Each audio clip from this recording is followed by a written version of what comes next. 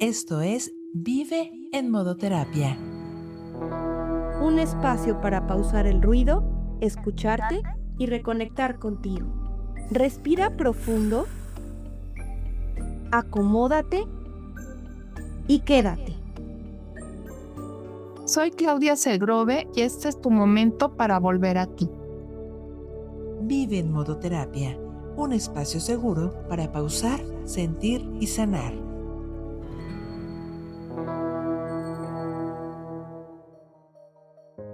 Hola, soy Claudia Segrove y me da mucho gusto que estés aquí acompañándonos en Vive en Modo Terapia, un espacio seguro para pausar, sentir y sanar. Hoy vamos a hablar de algo que muchas personas viven pero pocas entienden realmente: el estrés constante. Eso que normalizamos cuando decimos así soy yo, siempre he sido ansioso y estoy acostumbrado a vivir bajo presión. Pero hay algo importante que necesitamos entender. El estrés no solo se siente, también se guarda en el cuerpo. Y lo hace en uno de los sistemas más sensibles y silenciosos que tenemos, el sistema endocrino. El sistema que regula nuestras hormonas, nuestro sueño, nuestro metabolismo, nuestra energía, incluso nuestro estado emocional. Porque cuando el estrés se vuelve constante, el cuerpo deja de adaptarse y empieza a desregularse. Hoy vamos a entender qué está pasando dentro de ti cuando vives en modo alerta todo el tiempo. No para asustarte, sino para que puedas escuchar lo que tu cuerpo lleva tiempo intentando decirte. Encuentros con propósitos. Hoy me acompaña el doctor Diego Enrique Sánchez Herrera, médico especialista en medicina interna y endocrinología, quien nos va a ayudar a entender este tema con mayor claridad. Doctor, gracias por estar hoy en Vive en Modo Terapia. Muchas gracias a ustedes por la invitación. Doctor, vivimos en una cultura donde el estrés parece ser parte del día a día. Incluso lo normalizamos. ¿En qué momento el estrés deja de ser una respuesta natural y se convierte en un problema para el cuerpo?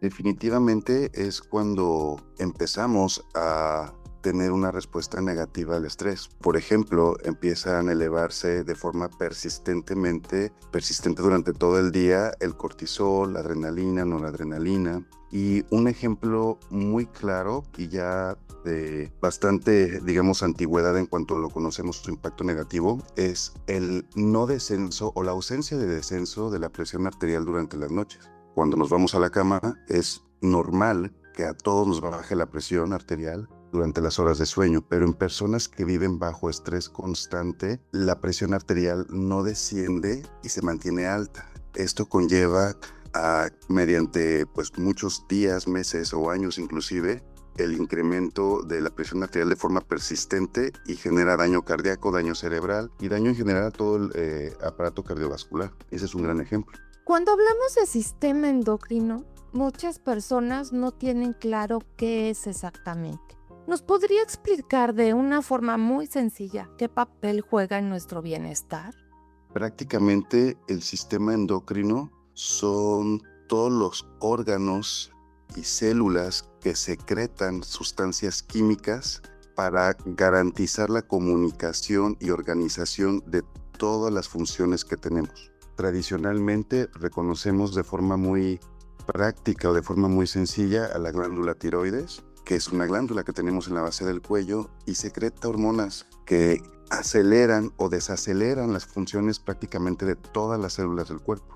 Pero hay otro tipo de glándulas que realmente son células que secretan sustancias químicas para regular distintos comportamientos o distintos efectos en el metabolismo. Esto es de gran relevancia de forma reciente y son los adipocitos, son las células que acumulan grasa debajo de la piel y entre las vísceras. Estas células también tienen un efecto de glándula y regulan mucho más allá que el depósito de energía.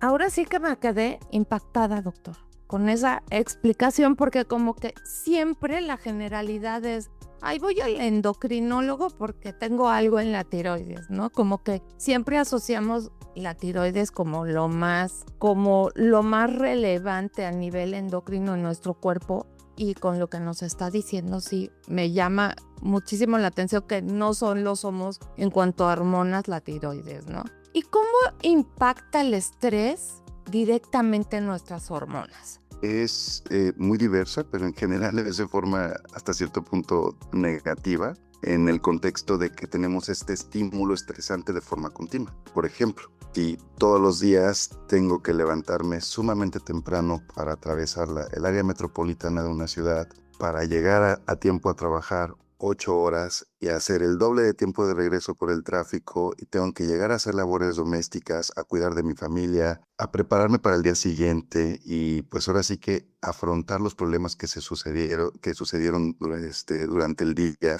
y dormir pocas horas de sueño, y si lo repito y repito y repito por semanas, meses, años, este estrés, este cortisol alto, estas hormonas contrarreguladoras persistentemente altas, hablo de cortisol, hablo de adrenalina, de noradrenalina, de insulina, todas estas sustancias químicas que nos permiten vivir, pero que si las tenemos altas de forma continua y no solamente en aquellos momentos del día que son necesarias, favorecen estados de desequilibrio, que nuestras funciones no funcionan literalmente, no hay una adecuada función, y favorecen, por ejemplo, la presencia de hipertensión, de diabetes, de hipotiroidismo, de hipertiroidismo, de enfermedad cardiovascular, osteoporosis y prácticamente pues todas las enfermedades crónico-degenerativas que vamos presentando en las últimas décadas. O sea, quizás hace 50 años, 100 años, moríamos a los 30 de una infección, de una muela picada, pero hoy en día vamos a morir de forma muy tardía, después de los 70 años, al menos es la esperanza de vida para los mexicanos, por exceso de energía, por exceso de estrés, como hipertensión, diabetes, infartos al corazón, infartos cerebrales. ¿Y la hormona del estrés es el cortisol? ¿Así se le conoce? Sí, la hormona del estrés, de la respuesta de estrés, es el cortisol. Es una hormona que tarda unos segundos en secretarse. Se secreta únicamente, mejor dicho, por las glándulas suprarrenales. Las glándulas suprarrenales son una especie de tejido de gorritas que tienen los riñones en su polo superior. Por eso se llaman suprarrenales. Estas glándulas secretan varias hormonas.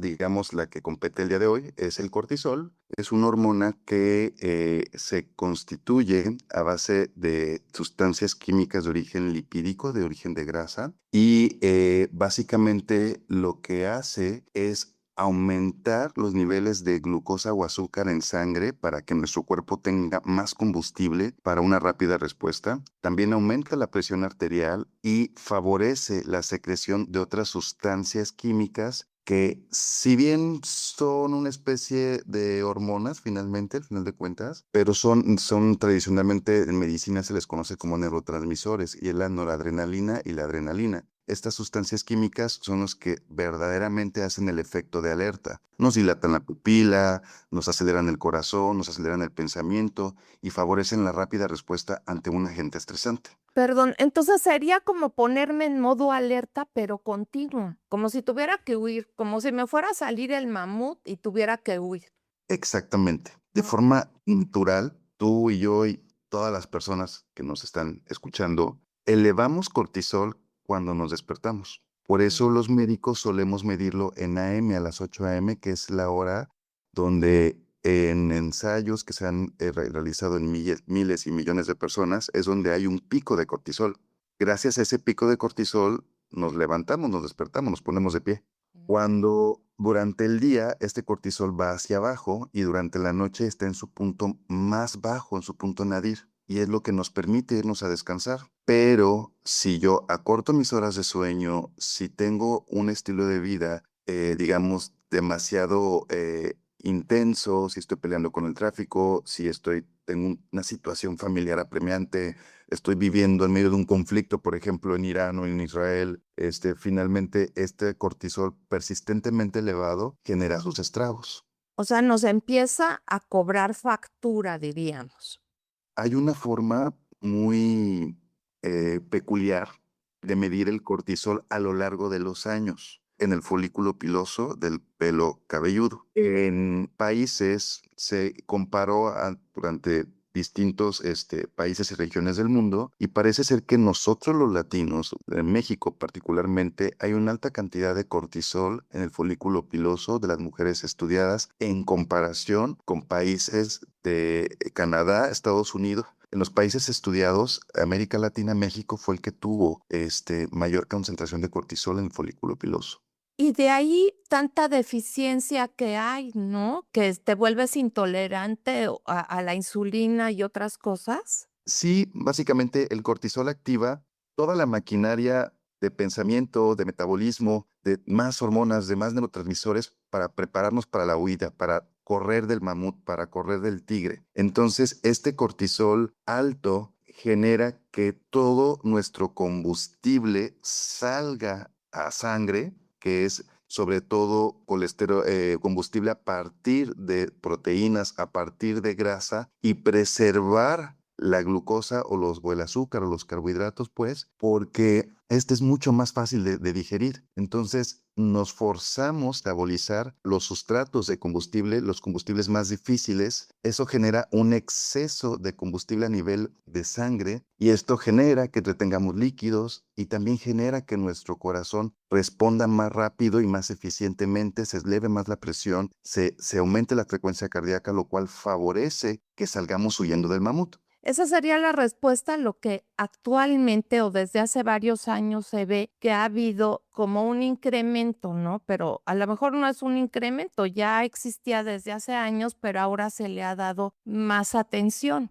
Siempre lo hemos tenido, todos sabemos que cuando no encontramos la causa de una enfermedad, decimos es estrés. Justamente la semana pasada vi una paciente con una composición corporal, es decir, qué porcentaje de sus kilos de peso es grasa, qué porcentaje es masa muscular, qué porcentaje es grasa visceral y qué porcentaje es hueso y agua. La mujer tiene una composición corporal de envidia, está perfecta. Sus laboratorios, sus resultados bioquímicamente está perfecta, no tiene ni 1 miligramo de triglicéridos por encima. La mujer hace ejercicio, come saludablemente, duerme sus 6, 7 horas, no se le cae ni un pelo, pero tiene hipertensión desde hace como 8 años. Obviamente mi función como médico, como endocrinólogo, es buscar causas que generaron esta hipertensión arterial mediante determinación de hormonas como cortisol precisamente, como aldosterona, y otras hormonas. Esta mujer, al interrogatorio dirigido en cómo es su día a día, qué ha pasado, qué situaciones difíciles ha tenido desde que se diagnosticó con hipertensión, ha habido una serie de eventos bastante desafortunados y trágicos que probablemente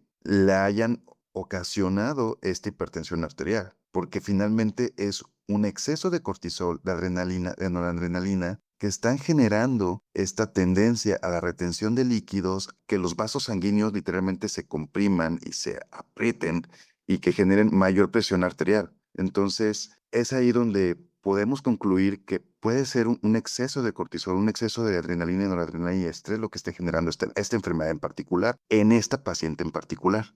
Pero ¿quién diría, no? Que cuando vemos a una persona, como usted dice, que se ve físicamente atlética, que se supone que lleva una vida dentro de lo saludable, pueda también tener condiciones de estrés que estén alterando su vida diaria. Y entonces, hoy también vivimos con una sobreestimulación constante. Y hablo del celular, de las redes sociales, del trabajo, de siempre tenemos pendientes. ¿Este tipo de vida impacta igual que un estrés emocional más evidente? Definitivamente, un punto muy peculiar de cómo las pantallas, la luz azul, todos vemos anunciados dispositivos, aplicaciones, membranas para tener menos luz azul en nuestras pantallas, pero un ejemplo de es característico es la hormona del crecimiento.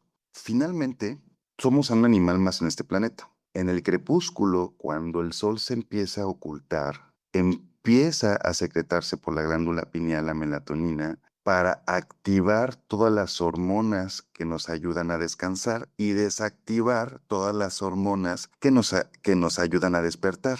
Cuando estamos en las primeras horas de sueño, entre más temprano y cerca del crepúsculo, se ha determinado que es el punto más alto en cuanto a la secreción por parte de la hipófisis, que es una glándula que tenemos todos debajo del cerebro y controla todas las glándulas, todo el cuerpo, mediante hormonas, secreta más hormona del crecimiento. En el niño es fundamental porque permite el crecimiento longitudinal, es decir, a lo alto. En nosotros los adultos es fundamental porque aunque ya no crecemos hacia lo alto, mantiene la salud mental, la salud cardiovascular y se ha visto que en las personas, por ejemplo, que trabajan de noche y que tienen una inversión del ritmo circadiano, es decir, que duermen de día, trabajan de noche, tienen menos concentración de hormona del crecimiento y esto se asocia a peor salud cardiovascular, más hipertensión, más colesterol, más triglicéridos, más infartos cerebrales, más infartos al corazón, más obesidad, más resistencia a la insulina, más hígado graso. Entonces, ese es un ejemplo muy claro. Bajo la misma hormona, bajo el mismo eje, en situaciones donde sospechamos de una deficiencia o confirmamos una deficiencia de hormona del crecimiento mediante pruebas en niños que están en una talla baja, hacemos todo un protocolo para determinar si hay deficiencia. Cuando se encuentra que hay una deficiencia, lamentablemente el tratamiento sigue siendo muy, muy costoso. En los niños que no pueden acceder a la hormona del crecimiento, les dejamos bueno, a todos los niños que tienen deficiencia de hormona del crecimiento, pero en los niños que no pueden acceder a este fármaco, les damos medidas higiénico-dietéticas para favorecer la secreción de hormona del crecimiento. Y esto es reducir el número de exposición a pantallas y el sueño temprano. Si logramos que estos niños se duerman antes de las 8 o 9 de la noche, los niños literalmente tienen un estironcito, aumentan algunos centímetros de forma natural. Si logramos que los niños hagan ejercicio de forma persistentemente, al menos 1 hora diaria, por lo menos 5 o 6 días a la semana de forma constante, tienen otra secreción por otro lado de hormona en el crecimiento. Si logramos evitar los ultraprocesados, los alimentos ultraprocesados, viene otra estimulación en la secreción de hormona en el crecimiento. Entonces, son situaciones que hoy en día, en medio rural, medio urbano, ahora sí que todos los niveles socioeconómicos, estamos más expuestos a alimentos ultraprocesados, a pantallas, le damos el celular o el iPad o la tableta a los niños para que se vayan a dormir y esto genera menor secreción de hormona del crecimiento. Es bastante potente el efecto que tiene esto. Y como que lo damos como algo ya natural, ¿no? Y ahora, en el adulto, que ya no estamos para crecer, sino al contrario, nos vamos haciendo pequeñitos, ¿qué favorece la hormona del crecimiento? Básicamente es nuestra hormona de la eterna juventud. Tenemos que cuidarla muchísimo. Y es con medidas que desde la antigua Grecia se nos enseñó. Es dormir temprano, tener un sueño de calidad, tener higiene del sueño es muy importante. En el sueño está la salud. Tener actividad física de forma regular, de forma constante, evitar la alimentación es muy importante, una alimentación balanceada y ahora sí que dejar en el consultorio, en el taxi, en el trabajo, en tu oficina, en tu empresa, en el campo, en tu parcela, en el aula, si eres maestro, dejar el trabajo en el trabajo. Ya terminé mi jornada laboral, me voy a desconectar, voy a hacer mi pequeño ritual para desconectarme y regresar a casa y hacer las cosas de casa, estar con mi familia, estar con mi perro, con mi planta, estar resolviendo las cosas de casa y prepararme para descansar. Eso es algo muy importante. Hay personas que, pues, médicos, por ejemplo, que pues trabajan de noche, trabajamos de noche mucho tiempo, entonces pues a lo mejor no se va a poder así, pero tratar de que al salir la jornada o en mi horario estipulado para descansar y dormir, tratar de tener la mayor rutina posible y hacer todo un ritual de pequeñas cosas como cerrar bien las ventanas, cerrar bien las cortinas para que no entre luz y favorecer tratar de imitar un sueño reparador. Con eso podemos garantizar una secreción saludable de hormona del crecimiento. Si no la tenemos, puede haber más enfermedad cardiovascular, más infartos cerebrales, cardíacos, deterioro, aumento de la presión arterial, deterioro de la función renal hepática, el famosísimo hígado graso, más diabetes, más resistencia a la insulina. Parece ser que es donde va, por ahí va. Quien envejece más rápido y quien envejece más accidentadamente, quien tiene más enfermedad, tiene menos hormona del crecimiento. Quien tiene menos enfermedades, tiene un estilo de vida más saludable, tiene más hormona del crecimiento. Es de ahí como se obtuvo la conclusión de que un estilo de vida saludable, que se nos viene diciendo a todos desde la antigua Grecia, insisto, favorece mayor hormona del crecimiento. Una explicación sumamente clara. Entonces, esto también va en contra de la búsqueda de soluciones rápidas, ¿no? Como que en la actualidad queremos todo muy rápido y recurrimos a suplementos, a vitaminas, pero ¿qué tanto favorece eso a nuestro combate del estrés y a la hormona del crecimiento? Son herramientas bastante atractivas porque prometen ayudar a resolverlo de forma rápida, como dices. Pero tiene más impacto, un impacto mucho más positivo en vez de comprarme, no sé, un super antioxidante que me va a elevar la energía, que me va a proteger de todas las sustancias químicas dañinas del mundo. Tiene más impacto dejar de fumar que comprarme ese super antioxidante, porque el tabaco, sabemos todos, que es un cancerígeno número 1. El alcohol es otro cancerígeno por excelencia. Entonces, si yo quiero preservar mi hormona del crecimiento, preservar mi salud y mantenerme lo más joven y sano, bello que se pueda por más tiempo, entonces empezar a dejar hábitos nocivos que todos sabemos que son negativos, puede tener mayor impacto que comprar el suplemento más caro. Doctor, ¿y este daño se puede revertir o el cuerpo sí acumula las consecuencias? Si acumula las consecuencias, sinceramente es difícil revertirlo, requiere de mucho tiempo. De ahí que esta frustración de no lograr el objetivo. Por ejemplo, algo que vemos mucho en la consulta es el uso de medicamentos ocultos a base de cortisol. Por ejemplo, todos estos suplementos naturales que nos cuestan menos de 100 pesos el frasquito y que venden en las camionetas entre las casas, o venden en las farmacias todavía, o venden en las tiendas estas naturistas, pueden llegar a tener cortisona, que es la forma sintética hecha por el hombre en un laboratorio químico de cortisol. Este es un antiinflamatorio impresionantemente bueno y útil, pero cuando se usa de forma discriminada genera muchos efectos negativos. Entonces, cuando llegan a la consulta porque de repente subieron mucho de peso, porque de repente hay diabetes, hipertensión que no se puede controlar, que es lo que más vemos nosotros en consulta relacionado con el tema de cortisol, los intentamos retirar poco a poco durante semanas o meses inclusive, porque el paciente no se puede destetar o retirar de este fármaco de golpe, porque puedes poner en riesgo su vida. Y los efectos que se quedan, la caída de pelo, el depósito de grasa en ciertas zonas del cuerpo, sobre todo a nivel central, o sea, abdomen, cuello, cara, es algo que tarda mucho en retirarse. Sí se retira, sí se normaliza la composición corporal, pero requiere muchos meses. Me atrevo a decir que más del doble del tiempo que se utilizó el fármaco. Entonces, si una paciente X utilizó un fármaco por dolor de rodillas durante 2 años, pues probablemente vaya a tener estragos hasta 4 años después. ¡Qué barbaridad! ¿Y quién se pudiera imaginar que eso puede pasar? Y ahí es cuando decimos que el cuerpo lleva la cuenta. Es algo muy irónico como buscando el bien, precisamente haciéndole caso a estos suplementos milagros, buscando el bien logramos realmente impactar nuestra salud de forma negativa. Y es ahí donde hay que poner mucho cuidado con la suplementación, porque en general, como ley, algo que nos tenemos que quedar muy grabado, todo medicamento o todo suplemento alimenticio que dice que quita el dolor tiene un riesgo alto de tener cortisona o cortisol oculto.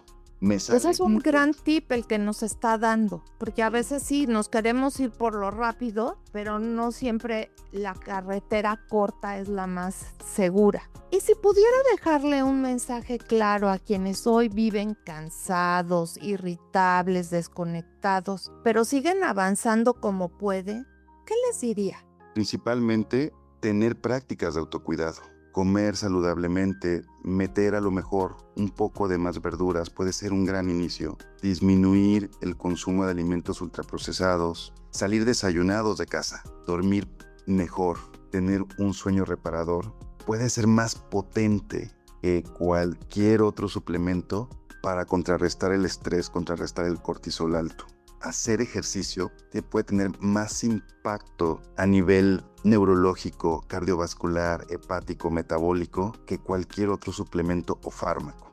Prácticamente un estilo de vida lo más saludable que se pueda puede beneficiar mucho más que cualquier otra situación y es lo más adecuado para contrarrestar el estrés. Hacer ejercicio debe ser visto como una herramienta de salud mental para disminuir ansiedad, disminuir depresión, disminuir el cansancio y la fatiga. Hacer ejercicio es la solución. Todo lo que nos ha mencionado es de una manera muy natural, como dicen ahora, muy orgánica. ¿Es así? No hay que buscarle 3 pies al gato. O sea, tenemos ya varios siglos y milenios de historia y ya corroboramos que dormir bien, comer bien, estar bien, ahora sí que con Dios, con la familia, o sea, buscar la menor cantidad de problemas y resolver los que tengamos puede impactar más en bajar nuestro nivel de cortisol de forma importante y preservar nuestra salud a lo largo de las décadas y el tiempo. Doctor, muchísimas gracias por ayudarnos a entender que el cuerpo no está fallando, solo está intentando adaptarse a una vida que muchas veces no le estamos permitiendo sostener. Es correcto, creo que más claro ni el agua. Muchísimas gracias, doctor. Buen día. Hay algo que vale la pena quedarnos después de esta conversación. Y es que el estrés no siempre se ve, no siempre se nombra, pero sí se acumula. Se acumula en el cuerpo, en las hormonas, en el sueño que no llega, en el cansancio que no se quita, en la mente que no se apaga. Y llega un punto en el que el cuerpo deja de susurrar y empieza a gritar. Tal vez hoy no se trata de eliminar el estrés por completo, sino de dejar de ignorarlo, de dejar de normalizar lo que claramente no es bienestar, porque vivir en modo alerta no es vivir en equilibrio. Y cuidar tu salud mental también es cuidar tu cuerpo, aunque no siempre lo parezca. Si algo te llevas de este episodio, que sea esto: tu cuerpo no está en tu contra, está respondiendo a la forma en la que estás viviendo. Y escucharlo puede ser el primer paso para cambiarlo. Soy Claudia Segrove y esto fue Vive en Modo Terapia. Si este episodio te hizo sentido, puedes seguirnos en redes sociales como @tuterapiamx, donde compartimos herramientas para cuidar tu salud mental y bienestar emocional. Y si hoy sientes que necesitas apoyo, recuerda que pedir ayuda también es parte del proceso. Puedes agendar tu sesión en www.tuterapia.com.mx. Porque vivir en modo terapia no significa vivir en crisis, significa elegir vivir con conciencia. Gracias por darte este momento. Recuerda, pausar también es parte del proceso. Soy Claudia Segrove y fue un placer acompañarte. Si este episodio resonó contigo, suscríbete, compártelo y envíanos tus preguntas o historias. Nos escuchamos muy pronto. Cuídate y vuelve a ti. Vive en Modo Terapia, un espacio seguro para pausar, sentir y sanar.